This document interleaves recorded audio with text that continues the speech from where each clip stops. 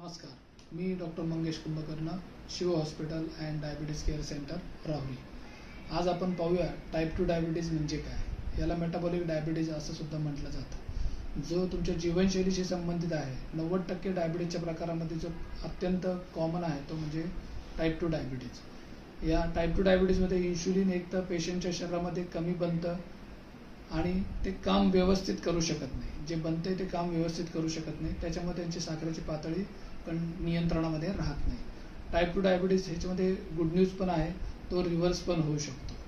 तुमच्या लाईफस्टाईलमध्ये काही बदल करून आणि काही आहारामध्ये बदल करून आणि वजन कमी करून तुम्ही त्याला कंट्रोल करू शकता किंवा प्रिव्हेंट करू शकता.